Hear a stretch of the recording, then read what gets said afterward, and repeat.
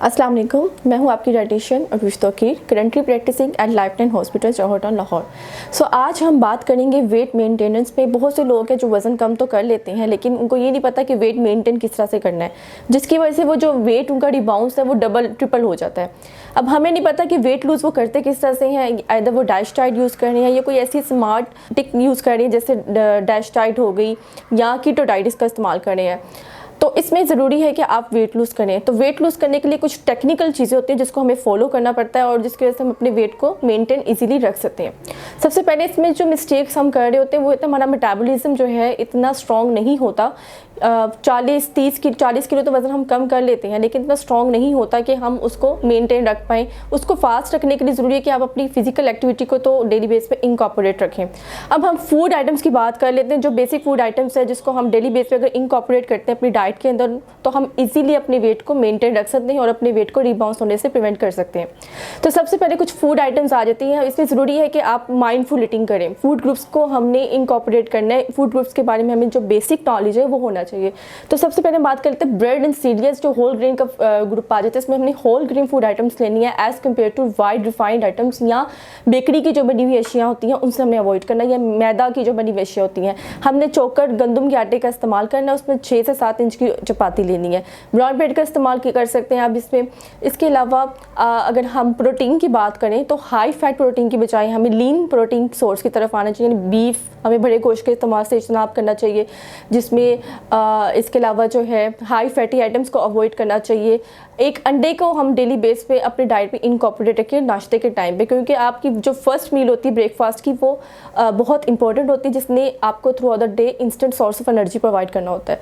तो उसमें हमने ब्राउन ब्रेड, अगर सीरियल्स की बात करें चपाती का इस्तेमाल कर सकते हैं चोकर के आटे बनी रोटी में। और प्रोटीन में अगर बात करें तो हम लीन प्रोटीन का इस्तेमाल कर सकते हैं, जिसमें अंडे ज़रूरी आप नाश्ते में लें। इसके अलावा आप हफ्ते में 1 से 2 बार जो है मछली का इस्तेमाल कर सकते हैं या चिकन का इस्तेमाल कर सकते हैं। ये लीन मीट का इस्तेमाल कर सकते हैं। बीफ वगैरह का गोश्त से आपने इज्तनाब करना है। अब हम बात कर लेते हैं डेयरी प्रोडक्ट्स की, यानी फैट्स की। तो इसमें हमने लो फैट डेयरी प्रोडक्ट्स लेनी है। अब हम टोटली इसको तो स्किप नहीं कर सकते लेकिन लो फैट को आपने अपनी डाइट में इनकॉर्पोरेट करना है, ताकि ये आपको इंस्टेंट सोर्स ऑफ एनर्जी भी प्रोवाइड करे, एसेंशियल विटामिन एंड मिनरल्स भी प्रोवाइड कर सके और आपकी कैल्शियम की जो रिक्वायरमेंट है वो भी फुलफिल हो और आपका वेट रीगेन ना हो। तो इसमें हमने लो फैट दही का इस्तेमाल कर सकते हैं, दूध का इस्तेमाल कर सकते हैं। लो फैट कोटेज चीज़ यानी एक स्लाइस को आप अपने डे में ऐड कर सकते हैं, चीज़ का एक स्लाइस। ये वो 3 फूड आइटम्स। अब फैट्स जो एसेंशियल फैट्स होते हैं जिसकी तो हम बात ही नहीं करते, यानी ऑयल की। तो ऑयल में आप कोशिश करें कि फर्स्ट बेस पे मैं आप रिकमेंड करती हूँ कि आप मस्टर्ड ऑयल का इस्तेमाल करें। अगर मस्टर्ड ऑयल किसी की नहीं है कैपेसिटी के वो ले सके तो वो ऑलिव ऑयल की तरफ आ जाए। अगर ऑलिव ऑयल भी नहीं ले सकता तो वो कॉर्न ऑयल की तरफ आ जाए। एक ऑयल होता है ओलिविया। चौथे नंबर पे अगर कोई भी नहीं आपको ऑयल अगर इस्तेमाल कर पाए तो ओलिविया का इस्तेमाल कर सकते हैं। अब फैट्स में हम बात कर लेते हैं नट्स एंड सीड्स की। नट्स एंड सीड्स में हम अलसी के बीज इस्तेमाल कर सकते हैं, उसका पाउडर। सलाद का इस्तेमाल बहुत ज़रूरी है, उसके अंदर आप दारचीनी का इस्तेमाल कर सकते हैं। कलवंजी को आप ऐड करें खाने की फूड आइटम्स के अंदर। इसके अलावा जो है चिया सीड्स आ जाते हैं, सूरजमुखी के बीज आ जाते हैं, कद्दू के बीज एज ए स्नैकिंग के तौर पे हम पूरे डे में इसको इंकॉर्पोरेट कर सकते हैं। अब हम फ्रूट्स और वेजिटेबल्स की बात कर लें तो वेजिटेबल्स जो हैं आप लंच टाइम पे उसको इंकॉर्पोरेट अच्छे तरीके से कर सकते हैं ताकि आप कॉन्स्टिपेशन से भी अवॉइड कर सकें।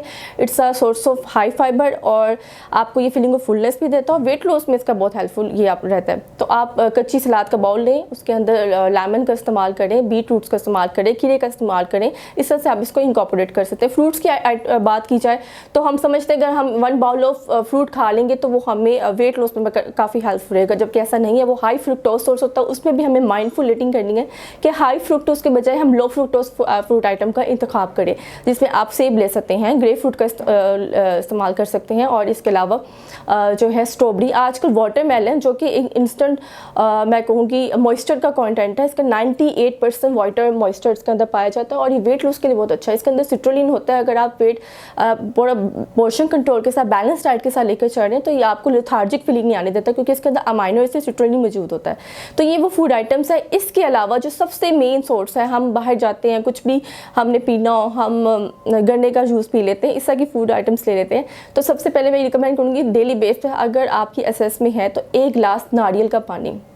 लाजमी दें। एक तो वो आपको उसके अंदर मॉइस्चर कंटेंट अच्छा मिल जाएगा, पोटेशियम का अच्छा सोर्स है, इलेक्ट्रोलाइट्स उसके अंदर बहुत अच्छा। आज गर्मी आ रही है तो वैसे भी हम लोगों ने फिजिकल एक्टिविटी करनी है, वेट मेंटेन को करने के लिए सारी डाइट्स को फॉलो करना है। साथ हम अगर नारियल के पानी को एक गिलास को ऐड कर देते हैं तो उसमें हमें हाइड्रेशन, हमारे इलेक्ट्रोलाइट्स बैलेंस हो जाएंगे।